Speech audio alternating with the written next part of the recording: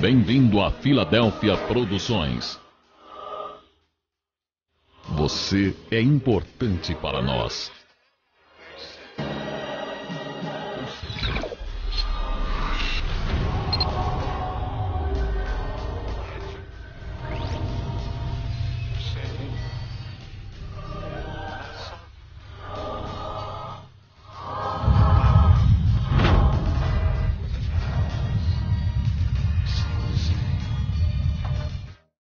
Marcos capítulo 4, versículo 35, diz-nos assim: Naquele dia, sendo já tarde, disse-lhe Jesus: passamos para outra margem.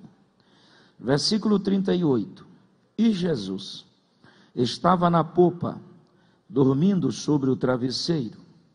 Eles o despertaram e lhe disseram: Mestre, não te importa que pereçamos? Versículo 41, e eles, possuídos de grande temor, diziam uns aos outros: quem é este que até o vento e o mar lhe obedecem? Com a ajuda do Espírito Santo, eu gostaria de entender com os irmãos as três vozes que nós temos aqui nesse texto. Existem três vozes aqui que precisam ser exauridas e colocadas para a nossa apreciação. A primeira voz está no versículo 35, a segunda voz está no versículo 38, e a terceira voz aparece no versículo 41. Este aqui é um texto muito conhecido daqueles que estudam a Bíblia. Nós temos esse texto que foi escrito por Marcos, mas também esse texto foi escrito por Mateus, no capítulo 8, e também foi escrito por Lucas, também no capítulo 8. Ou seja, nós temos um texto que aparece em Mateus, que aparece em Marcos e que aparece em Lucas. Se esse texto aparece nesses três evangelhos, então nós chamamos esse texto de evangelho sinótico. A palavra sinótico, ela vem do grego, que significa visão conjunta. E quem deu esse nome de evangelho sinótico aos três primeiros evangelhos foi o teólogo chamado JJ, no ano de 1776, quando ele estudava o evangelho de Mateus, quando ele estudava o evangelho de Marcos, quando ele estudava o evangelho de Lucas, ele percebeu que os mesmos falavam quase a mesma coisa, com algumas diferenças. Então ele percebeu que o evangelho de Mateus, Marcos e Lucas tem uma visão conjunta.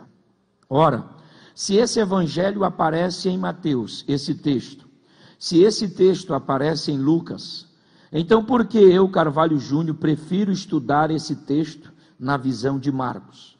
Por algumas razões, entre as quais: primeiro, que quando Mateus escreveu esse texto da tempestade, Jesus acalmando a tempestade, ele escreveu porque estava dentro do barco naquele dia.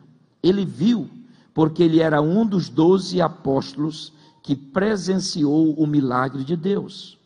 Quando Lucas escreveu esse texto, ele escreveu porque recebeu informações, e devido às suas duas formações, tanto de historiador como de médico, ele prescrutou e escreveu esse texto.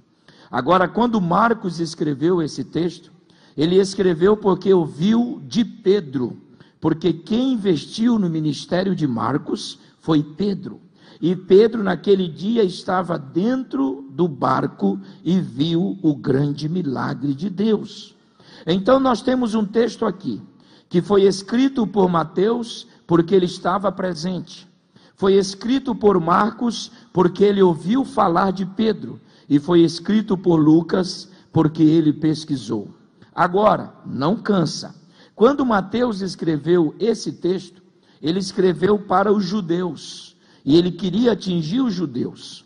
Quando Lucas escreveu esse texto, ele escreveu para os gregos. É por isso que no evangelho de Lucas, as duas palavras que mais aparecem são a palavra sabedoria e mistério, pois estas palavras são oriundas da Grécia, dos gregos. Quando Marcos escreveu esse texto, ele escreveu para os romanos, e os romanos, eles gostavam de uma leitura que envolvesse ação.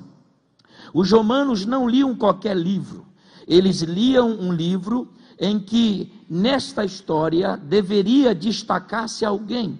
Os romanos, com a sua índole de guerra, de peleja, de luta, eles gostam muito de um herói, alguém que possa ter vencido as suas batalhas. Aí Marcos, quando apresenta esse evangelho aos romanos, ele vai falar de um herói diferente. Porque os romanos gostavam daquele herói que lutava espada com espada, que vencia as suas guerras. Só que o herói que Marcos vai apresentar é um herói diferente. Ele não luta com espada, ele não luta com lança, ele não tem escudo. Você não está entendendo o que eu estou falando? Quando Marcos escreveu esse evangelho, ele queria mostrar um herói chamado Jesus, um herói diferente dos heróis romanos, porque os heróis romanos só venciam homem a homem, nunca tinham vencido a morte, nunca venceram o inferno, nunca venceram Satanás. Agora o herói que Marcos vai apresentar é diferente. Ele venceu a morte, ele venceu o inferno, ele venceu o diabo e está aqui conosco esta noite. Não, olha só, para você dar um glória a Deus, os heróis romanos não multiplicavam pães, não multiplicavam peixes, não davam vista aos cegos, não ressuscitavam os mortos, não limpavam os leprosos, mas o herói chamado Jesus, ele era diferente. Ele dava vista aos cegos, já valia um glória a Deus aí. Ele levantava os paralíticos, já valia um glória a Deus aí. Ele multiplicava pães e peixes. E quantos vieram essa noite adorar esse herói por excelência chamado Jesus Cristo? Então essa é a função da ideia que eu tenho em trazer esse texto para nós na visão de Marcos, porque o evangelho segundo Marcos, não é? Evangelho no grego é evangelion, segundo no grego é kata e Marcos é marcon. Então quando eu analiso esse texto na visão de Marcos, Marcos vai apresentar Jesus como poderoso, que manda na tempestade, que manda no vento. Eu até me empolguei agora quando eu falei, pensei que você ia dar um glória a Deus. Que manda na tempestade, que manda no vento, que manda na natureza. Não está entendendo? Vai apresentar um Jesus que com a sua voz, ele acalma tudo. Então te prepara essa noite, porque essa tempestade vai ter um fim. Essa tempestade vai ter um fim, porque Jesus está aqui. Então nós vamos de forma bem lacônica, pois eu tenho que viajar bem cedo, analisar as três vozes que aparecem aqui nesse texto. A primeira voz está no versículo 35, me acompanha aí, Bíblia aberta. No versículo 35 diz assim, ó, naquele dia, peraí, como é que a gente estuda a Bíblia? A gente estuda a Bíblia perguntando para ela. A Bíblia, o Marcos diz assim, naquele dia. Ora, ele deixa uma porta aberta para a gente analisar, ou perguntarmos, que dia foi esse? O que ele fez nesse dia? O que ele realizou nesse dia? Porque Marcos começa assim, ó, naquele dia. Que dia foi esse? O que ele fez nesse dia? Aí nós temos que ir para o contexto. E o contexto do texto vai nos ensinar que naquele dia Jesus pregou sobre a parábola do semeador. Naquele dia ele falou sobre a parábola da candeia. Naquele dia ele falou sobre a parábola do grão de mostarda. Ou seja, foi um dia que Jesus passou praticamente o dia ensinando. E ele ensinava por meio de parábolas. E agora, quase no finalzinho daquele dia, ele tem desejo de ir para a região de Gadara. E a região de Gadara ficava do outro lado. E para ele chegar na região de Gadara, e essa palavra Gadara fazia parte de uma região chamada Decápolis. A palavra Decápolis significa o conjunto de 10 cidades. Então Jesus quer para um outro lado. E para ele ir para esse lado, ele precisava de um barco. Vejam que ele usa os meios normais. E ele olha para os seus discípulos e usa um verbo de ação.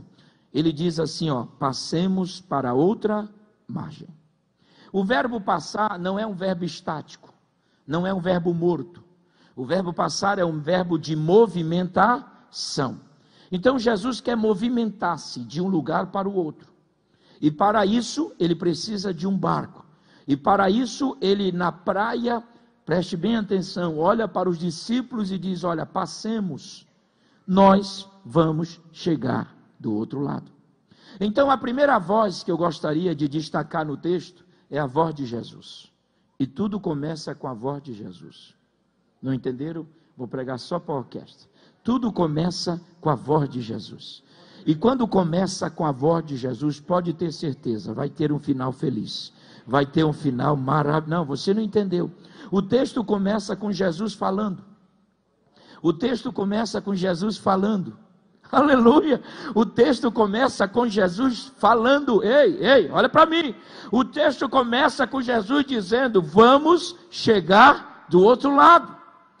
Então ele está dizendo isso antes de entrar no barco, antes de enfrentar a tempestade, antes do ar, desse ar aí que está preso na atmosfera, e antes desse ar transformar-se em vento pelo movimento da translação e rotação do planeta, antes desse vento vir forte e empolar as ondas, Jesus já está dizendo: vamos chegar do outro lado, vamos chegar do outro lado, vamos chegar do outro lado.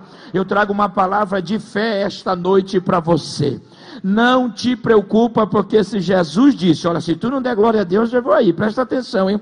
Jesus disse que teu barco vai chegar do outro lado, então acabou.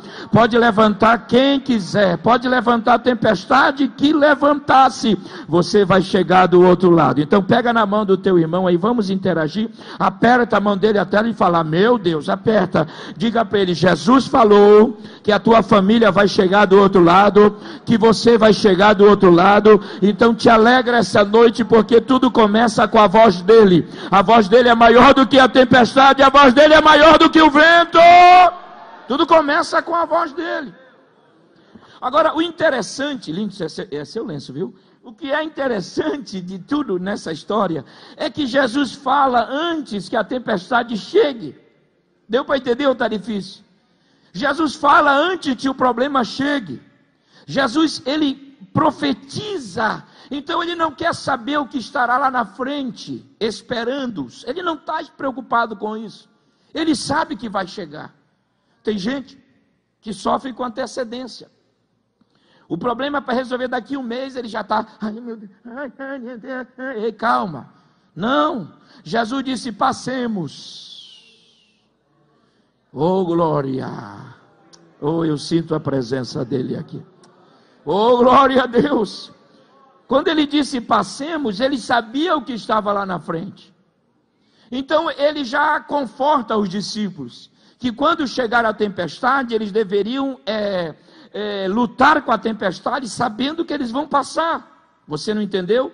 Quando ele diz passemos, ele já está dando a prova de que por mais chegue o problema, nós vamos passar.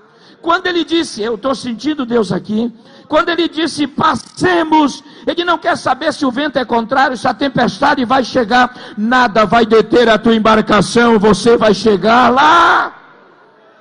Essa é a primeira voz que aparece no texto. Aí escute, vamos dar sequência a essa história. A primeira voz é o verbo passar, oralizado por Jesus. Me acompanha. Aí o versículo 36 diz assim: eles, os discípulos, despedindo a multidão, pegaram Jesus e colocaram no barco. Versículo 37. Aí você vai entender por que Jesus fala. A primeira voz do texto é de Jesus. Ora, há uma vírgula. Levantou-se grande temporal. Pastor Niltinho, eu já analisei muito o livro de Marcos. Eu gosto de pregar. Quando eu prego nos evangelhos, eu gosto de olhar o Marcos. É porque ele tem uma dinâmica. Eu também gosto de olhar, porque esse é o primeiro evangelho a ser escrito. Os senhores sabem, né? 60% do evangelho de Mateus e de Lucas foram extraídos do evangelho de Marcos. O evangelho de Marcos, ele está no segundo lugar na ordem bíblica, mas na ordem da escrita, ele foi o primeiro evangelho a ser escrito. Tá bom? Então, eu gosto desse texto aqui, porque Marcos, olha, se tu não der glória nessa, irmão, ó, tá mal. Ele diz assim, grande temporal. Ele precisava usar essa expressão, grande temporal. Parece que ele gosta de causar um efeito. Grande temporal. Eu vou explicar por que existe um grande temporal. Porque para um grande problema, deu para entender mais ou menos? Para um grande temporal, existe um grande Deus. Então levante a mão que eu vou profetizar. Levante a mão mesmo, pela fé que eu vou profetizar. Esse teu problema pode ser grande, mas para ele há um grande Deus, há um grande Deus, há um grande Deus. Então ele diz assim, ora, esse ora no grego significa de repente levantou-se grande temporal de vento, e as ondas se arremessavam contra o barco, de modo que o mesmo já estava a encher-se d'água. Olha a segunda voz que vai aparecer no texto. E Jesus estava na popa dormindo sobre o travesseiro. Os discípulos o despertaram dizendo, mestre, acorda porque vamos perecer. Olha, eles entraram no barco, começaram a ir para a região de Gadara. No intercurso da viagem, o movimento de rotação e translação do planeta que segura o ar é transformado em vento. E o vento é um fenômeno meteorológico que acontece aí por esses movimentos. Então esse vento preso no ar, na atmosfera, transforma-se em vento. E eles justamente começam a empolar as ondas. E as ondas começam a bater no barco. E Marcos diz que Jesus está dormindo.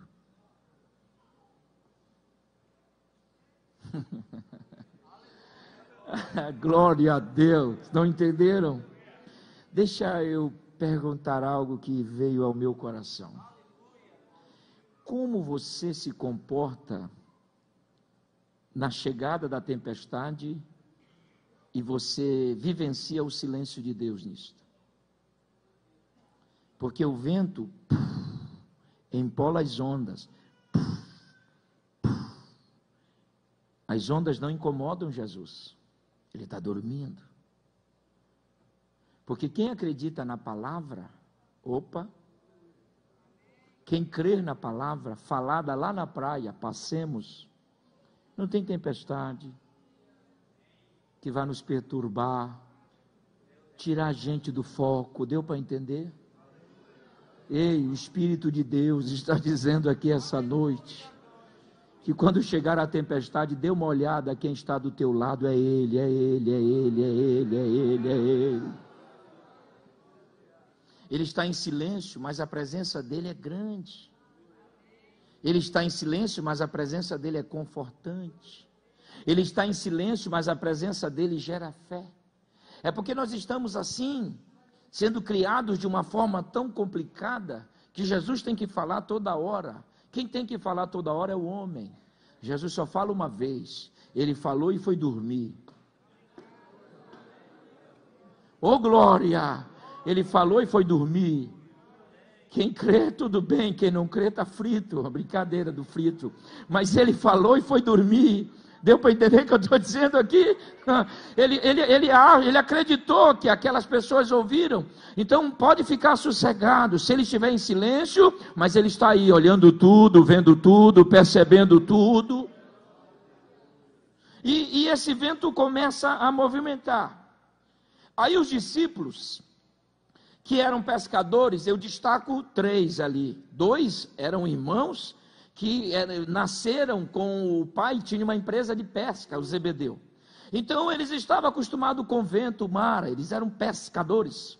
Mas o que me chama a atenção é que chegou o momento em que eles vão ter que despertar Jesus. E eu não sei se eles fizeram uma reunião ministerial lá dentro do barco. Eu não sei se eles disseram, vamos tirar sorte aqui, quem acorda o homem, porque agora nem o vento acorda ele aí, nem a onda. Olha o sono pesado de Jesus, meu irmão. Quem vai acordá-lo? Só que a expressão rão é plural, então é mais de um. Disser rão é mais de um. Acordar rão é mais de um. Eu não sei quem ou quais. Só que eles vão acordar Jesus, preste atenção. Em acordar Jesus, eles vão ter que justificar porque estavam acordando Jesus. Ninguém acorda ninguém sem justificar. Ei, acorda, é hora da aula. Ei, acorda, é hora de trabalhar. Deu para entender? Ei, acorda, você está dormindo demais. Também tem isso, né? Dormiu o dia todo. Mas eles têm que justificar. Então eles olham para Jesus. Ei, que sono gostoso. E disseram, mestre. Mestre no grego é didásculos. Eles chamam Jesus, destacando ele como mestre por excelência. Olha que coisa bonita. Eles usam a expressão, tu és acima de qualquer mestre. Ô glória! Mestre, mestre, acorda.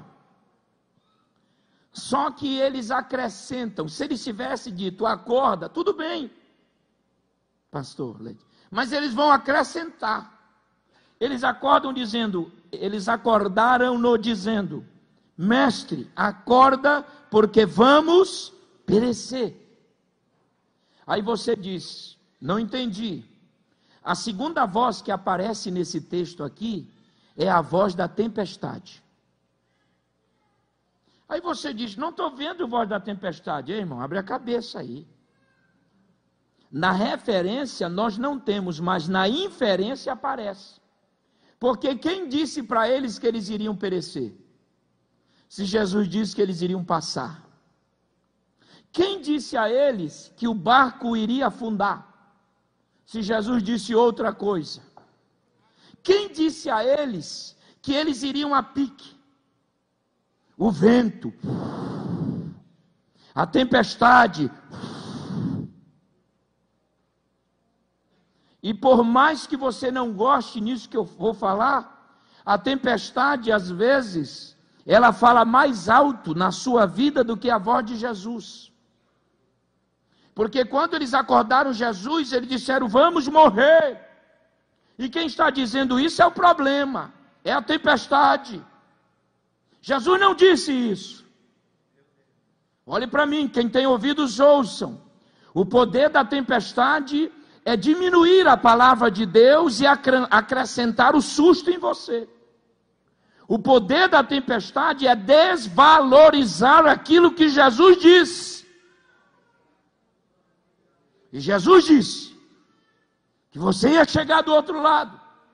Só que no meio do caminho a tempestade está apagando isso que Jesus disse, e apagou na vida dos discípulos mesmo. Apagou de tal forma que eles disseram: vamos morrer, vamos perecer. Mas eu estou aqui essa noite para dizer-lhes que a voz de Jesus vai suplantar a voz da tempestade. Não, se tu não melhorar isso aí, eu vou pregar até meia-noite. A voz de Jesus vai suplantar a voz da tempestade. Mesmo que ela diga que nós vamos morrer, nós vamos ficar com a voz de Jesus. Vamos passar, vamos passar, vamos passar, vamos passar. A valorização que a gente dá ao problema é muito grande. E a gente chega a desvalorizar algumas coisas que Jesus tem falado. A gente começa a desacreditar. Isso que me chamou a atenção nesse texto. Porque entre Jesus falando e a tempestade não durou muito tempo. Vamos imaginar alguns minutos. E em alguns minutos eles deixaram de ouvir a voz de Deus e começaram a ouvir a voz da tempestade. E a voz da tempestade dizia: vão morrer, vou destruir seu lar, vou destruir sua casa, vou destruir sua família, vou destruir seu ministério, vou destruir os teus sonhos. Mas o Senhor está cobrando de nós essa noite a palavra que Ele disse. O Senhor está perguntando para você ir lá na última gaveta do seu coração e abrir essa gaveta e pegar aquela palavra dizendo: vou passar, eu não vou morrer, vou vencer. Orai, shairai, dori, canturias. Essa noite nós precisamos buscar em nós o que Jesus tem dito, porque Ele tem falado todos os dias dos nossos cultos. Ele tem usado homens, mulheres, crianças, todos. E aí Ele tem falado, só que tem muita gente que ouve essa palavra hoje e se renova. Mas quando chegar amanhã, o primeiro sinal da tempestade, e quando a tempestade começar a falar, ele vai desfazer. Ele vai ficar tão apequenado e vai ficar com medo da tempestade. A tempestade está dizendo: vamos morrer. Jesus está dizendo: vamos passar. Eu vou ficar aqui até você dar um glória a Deus. A tempestade diz: vamos morrer. A tempestade está dizendo: você vai morrer. Jesus está dizendo: você vai passar. A tempestade está dizendo: vou destruir o teu barco. Jesus está dizendo: ninguém vai destruir tua casa, ninguém vai destruir tua família. E tem um detalhe: a palavra barco, dentro da tipologia, representa a igreja. E há uma palavra aqui de Deus: na hora da tempestade, não pule fora do barco.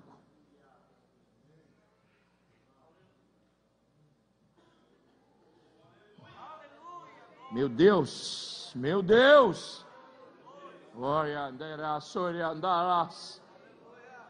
O Espírito de Deus está dizendo: não pule fora do barco.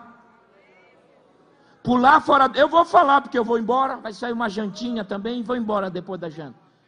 O Espírito de Deus está dizendo: se você pular fora do barco, você vai morrer afogado. Porque Jesus não está fora do barco, Ele está dentro do barco. E vou dizer mais, barco aí na tipologia representa a igreja. Então na hora do problema não fuja da igreja, não saia da igreja, porque Jesus não está fora da igreja, Ele está dentro da igreja.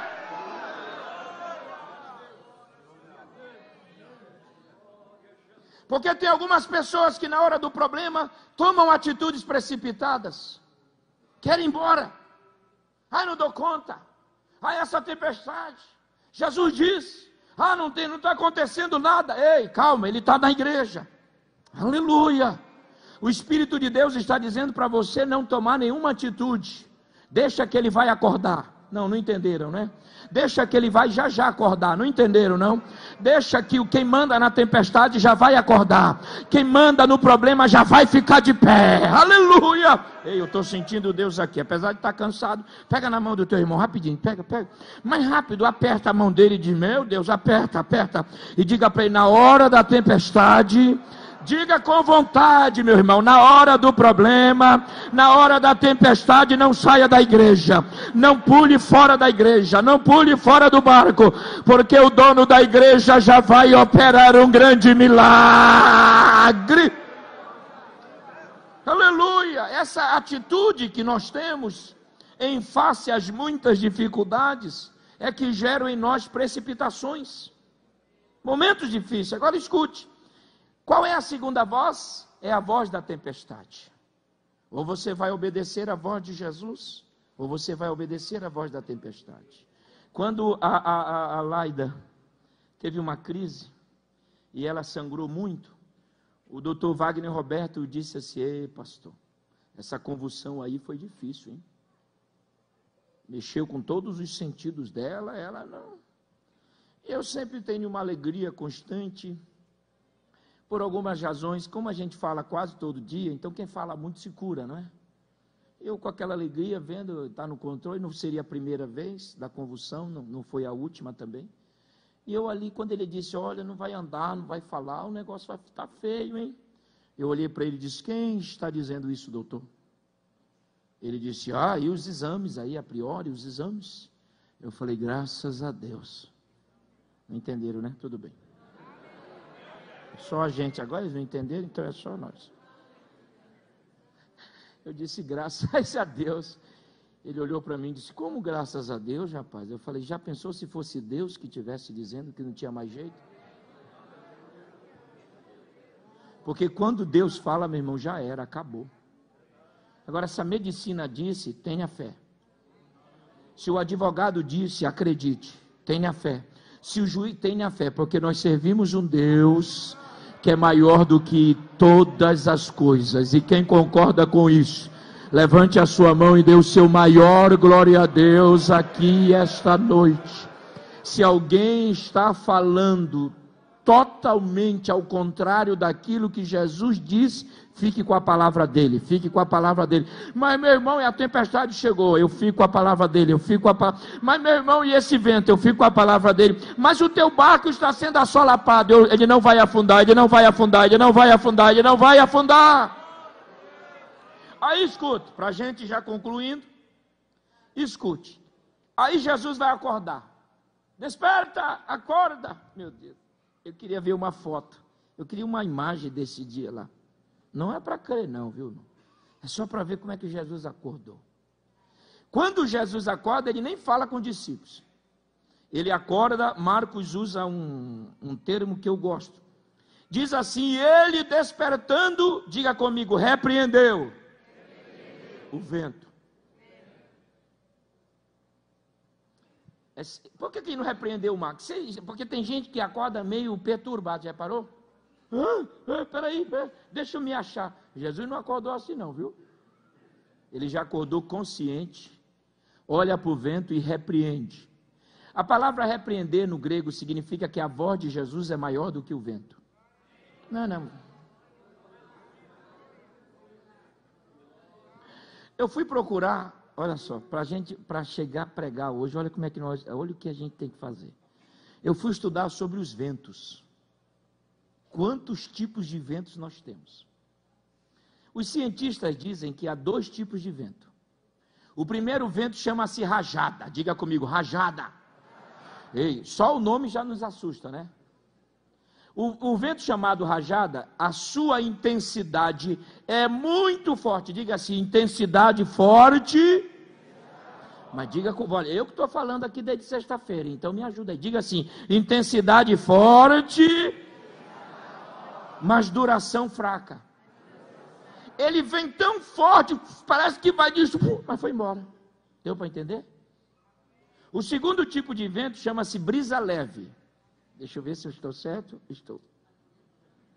Ai, pastor, eu quero brisa leve. Ai, brisa leve, vem para mim. Cuidado, irmão. A brisa leve é o contrário da rajada. A sua intensidade é fraca, mas a sua duração, meu irmão, demora para terminar. Eu fui ao Japão depois daquele tsunami, fui lá nas cidades, eu vou ao Japão, Deus tem me dado oportunidades.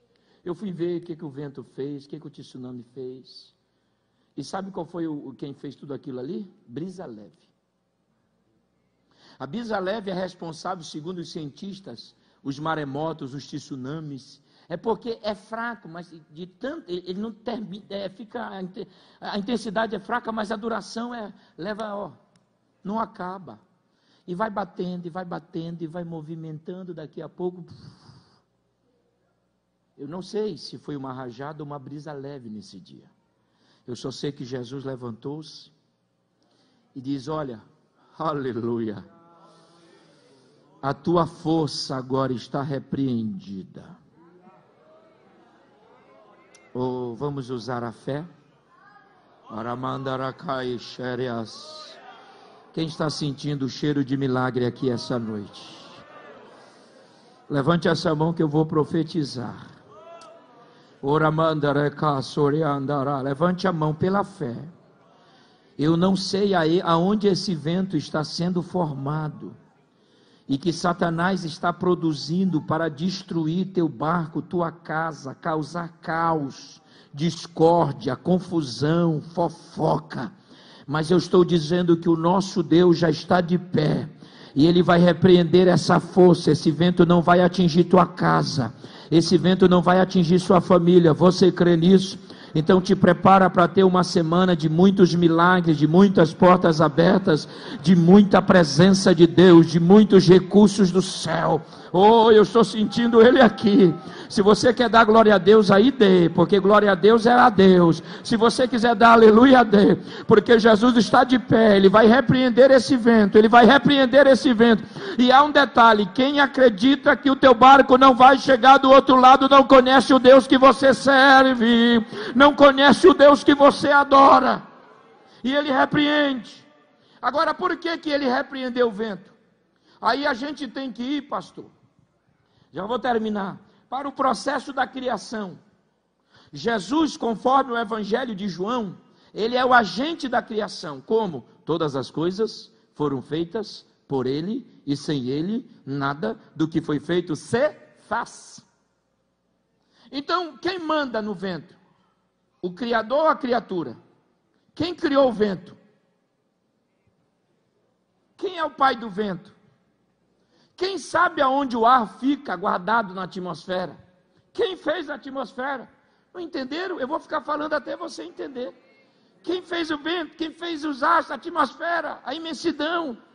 Quem manda é quem fez, o Criador é que manda. Então Jesus, em outras palavras, levanta e diz: olha, eu te fiz, vento, acaba logo com essa tua força aí, porque nós vamos chegar do outro lado. Aleluia!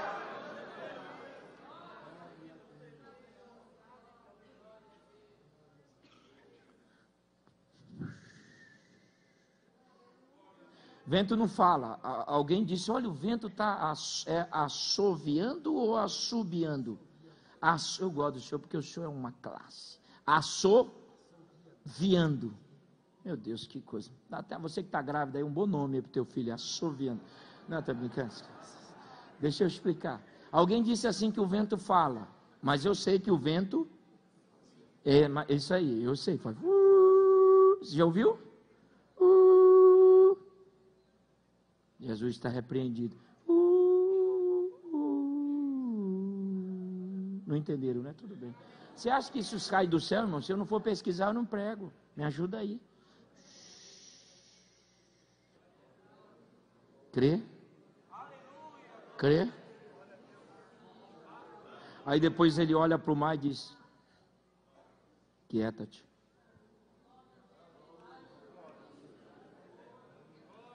Bonança. Aí vem a terceira voz. Antes ele olha para os discípulos. Eu queria ver a cara dos discípulos nessa hora. Um olhando para o outro. Aí ele olha para o discípulo e diz assim: por que vocês são tão tímidos? Essa palavra timidez no grego, ela não significa o resultado do temperamento de alguém.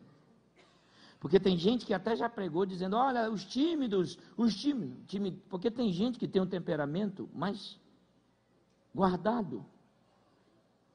Por exemplo, tem um obreiro na Bíblia chamado Timóteo, que ele apacentou só uma das melhores igrejas da época, a igreja de Éfeso. Só para você ter uma ideia. Quem passou em Éfeso? Paulo, João, Apolo, Timóteo. Olha para cá. E ele era meio tímido assim, no sentido não de covardia, mas de temperamento. Aí Paulo tinha que dizer para ele: ei, desperta o dom. Não despreze tua mocidade. Mas se ele não fosse útil, Paulo não perdia tempo com ele. A timidez no grego aqui, que a gente está mexendo, a timidez no grego aqui é a ausência da fé, ou de fé, que nós estudamos no hebraico, é emuná no hebraico. A ausência de fé. Quando eu não tenho fé, eu me apequeno diante das lutas. Eu acho que eu não vou vencer. Ei, não. Quando eu não tenho fé, eu acho, opa, Deus está falando, hein? A formiga transforma-se no elefante, mas não é elefante, é formiga. Só que eu não tenho aquele elemento que me agiganta, chamado fé. Aí Jesus diz: cadê a fé? Aí nós temos que, há um recurso na Bíblia, Bíblia interpretando a Bíblia. Por exemplo, a fé vem pelo ouvir. O quê? A palavra. Então o que gera fé? É a palavra. Não quando eu ouço a palavra, melhor dizendo, ela gera fé. E essa fé me leva para frente. E essa fé é a certeza. Não entenderam. E através da palavra que gera fé, e essa fé gera uma certeza. É isso que o autor aos Hebreus diz. E essa fé que gera em mim a certeza, é isso que Jesus está falando. Cadê a fé? Cadê o que eu disse? É lindo o texto que Jesus disse assim: eu falei lá na praia, que nós iríamos passar. Então essa palavra tinha que gerar fé. Quando chegasse a tempestade, eles tinham que falar um para o outro: calma aí, vamos resolver o problema, mas nós temos fé. Ele falou que nós vamos passar, nós vamos passar. Então eu vou terminar dizendo a você: os discípulos, eles escutaram, mas não ouviram. E não fica triste comigo não, porque eu não vim passar a mão na tua cabeça não, porque eu não sou cabeleireiro. Mas tem muita gente que ouve, ele não ouve, ele escuta. Quando se escuta, fica só aqui. Quando se ouve, desce para cá. Sabe por que tu tem que vir à igreja, meu irmão? Para tu ouvir a palavra, para isso gerar fé na tua vida. Porque tu não vive na igreja, tu vive mais fora lá do que na igreja. Quando o pastor prega, quando alguém prega, olha, recebe a palavra, recebe. Aí você diz: por que igreja?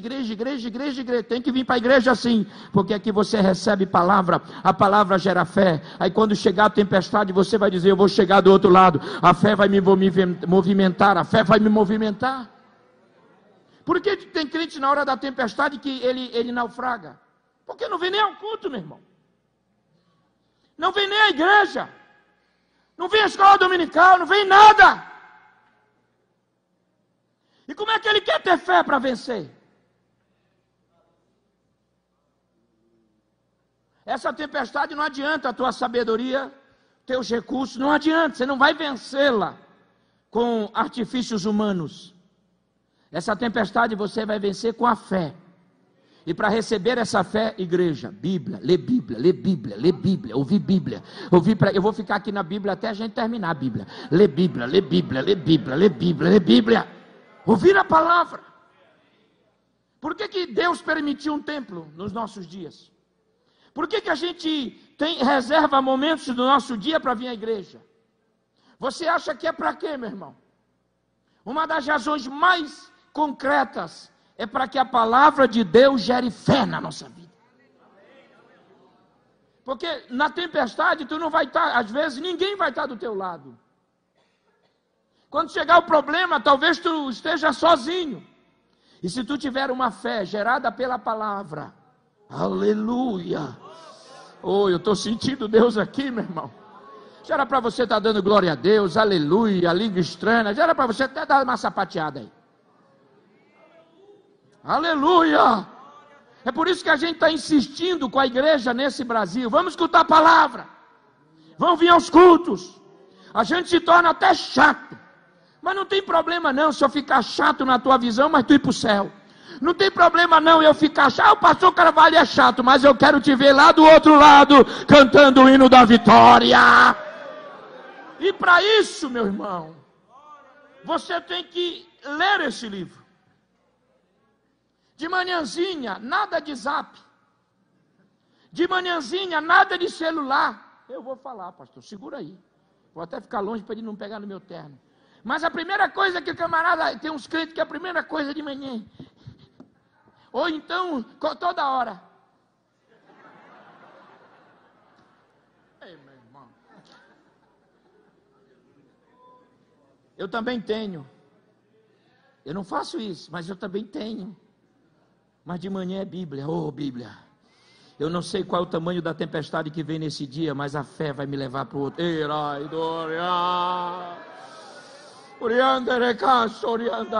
O Senhor está falando aqui essa noite. É por isso que a gente tem que vir à igreja, irmão. No próximo seminário que tiver, venha. Porque senão tu vai morrer na tempestade.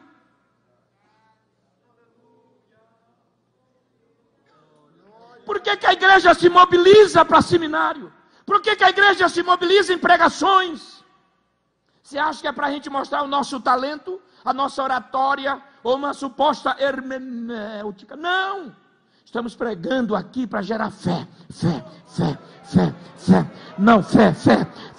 Cadê a fé de você? Está aqui, Deus, pode contar. Chegou a tempestade, nós vamos rompê-la. Porque a fé gera, a palavra gera essa fé. E depois que Jesus diz, cadê a fé? Cadê a palavra? Aí eu termino, cansei. Porque tem a terceira voz no texto. É a voz dos discípulos. Quem é este? A primeira voz é a voz de... A primeira voz é a voz de... A segunda voz é a voz da... E a terceira voz é a voz dos... Quem é este? Um pronome. Que até o vento. Esse texto, ele mexe muito comigo. Porque quem está falando, eu vou terminar em 1 minuto. Quem está falando são pessoas que vivem com Jesus. Que caminham com Jesus. Que dorme aonde Jesus dormia. Só que Jesus é tão impactante que ele é capaz de surpreender até aqueles que andam sempre com ele. Não entenderam? Tem gente que diz assim, se tu andar comigo 2 dias, acho que tu já vai me conhecer. Se tu andar com Jesus 100 anos, tu ainda não conhece. Porque ele tem sempre um milagre. Ele tem sempre uma bênção. Ele sempre vai te deixar assim, meu Deus, quem é este? Eu vou profetizar que esta semana você vai usar as palavras dos discípulos. Quem é este? Quem é este? A palavra aqui, quem é este no grego, é a voz da surpresa. Você ficará surpreso, mas pastor, eu sirvo a Deus 1000 anos, não interessa. Você vai falar, quem é este? Quem é este? Que repreende o vento, que fala ao vento, que neutraliza a força do vento, que neutraliza a força do mar. Quem é este? Prepare-se. Prepare-se. Você crê? Você acredita que será surpreendido por Jesus ainda? Você acredita? Aleluia! Porque eu estou sentindo Ele aqui. Ele é uma fonte inesgotável de surpresas. Aí a gente termina, porque são 9. A gente termina com a frase, Marcos 5:1. Chegaram do outro lado. Chegaram do outro lado. Chegaram do outro lado. Talvez essa tempestade, ela foi produzida para desviar o barco. Não. Nós temos um alvo. E nós vamos chegar do outro lado. Crê nisso? Aí a gente começa a pensar assim: quantas pessoas saíram do barco? E quantas pessoas pularam fora do barco na hora da tempestade? Aí agora, como uma conversa mineirada, eu gostaria de me reportar a você que veio essa noite convidado por seu amigo, por seu irmão, e que pulou do barco. Sabe que o barco é a igreja. E que na hora dos problemas, achou que não ia dar conta, pulou fora da igreja. Saiu da igreja. O Espírito Santo essa noite te trouxe para que você volte para o barco. Porque o milagre não está fora do barco. O milagre está dentro. Essa é a noite que você precisa entender que essa tempestade que te tirou do barco, ela não é nada, porque o Deus que está dentro do barco, Ele tem poder sobre ela. Se você tivesse esperado mais um pouquinho, você veria o grande milagre de Deus. Mas por algumas razões, você não pôde esperar. E pulou, está nadando nesse mar bravio, e você sente que não vai dar conta. E esse barco está pertinho de você. É só você levantar a mão e falar: ei, me tira daqui. Quero voltar para o barco. Quero voltar para o barco. Quero voltar para o barco. E eu quero convidá-los, aqueles que querem voltar para o barco novamente essa noite. Você já viu que fora do barco não dá jeito, não tem como. Você teve essa experiência. Você não pode falar: não, eu não conheço fora do barco. Você conheceu como é fora do barco.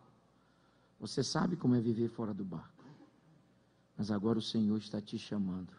Ei, eu estou aqui dentro do barco. Volta, volta, volta, volta.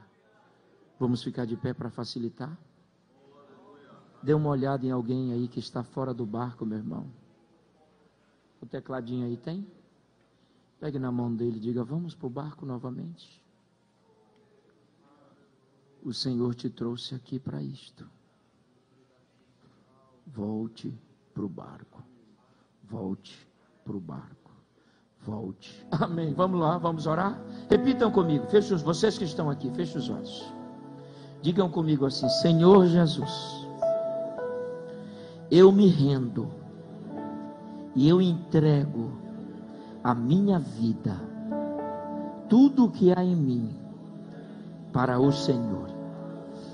Perdoa os meus pecados, me lave no teu sangue, escreva o meu nome no livro da vida, e que a partir de agora eu vou seguir a ti dentro do barco. E esse barco chamado tua igreja, nós vamos chegar do outro lado e cantar o hino da vitória. Perdoa os meus pecados agora. Perdoa os meus pecados agora. Traz alegria do teu Espírito Santo na minha vida. Deus, nós te agradecemos por essa noite. Te agradecemos, Senhor, por tantas coisas maravilhosas. Oh Deus, esse final de semana tão gostoso, tão maravilhoso, tão produtivo, Pai. E agora nós oramos por esses que estão aqui te aceitando como Salvador. Outros estão se reconciliando, voltando para o barco, Senhor, voltando para a igreja. Perdoe os seus pecados, escreva os seus nomes no livro da vida, e que eles permaneçam dentro do barco, eles permaneçam no barco, até o dia que nós vamos atracar na terra prometida. Continua aguardando, e que através desse ato a salvação possa entrar em seus lares, e que todos os seus possam ser salvos para a glória do teu nome. A igreja glorifica a Deus, a igreja levanta a mão e adora a Deus. Que Deus te abençoe. Muito obrigado, pastor.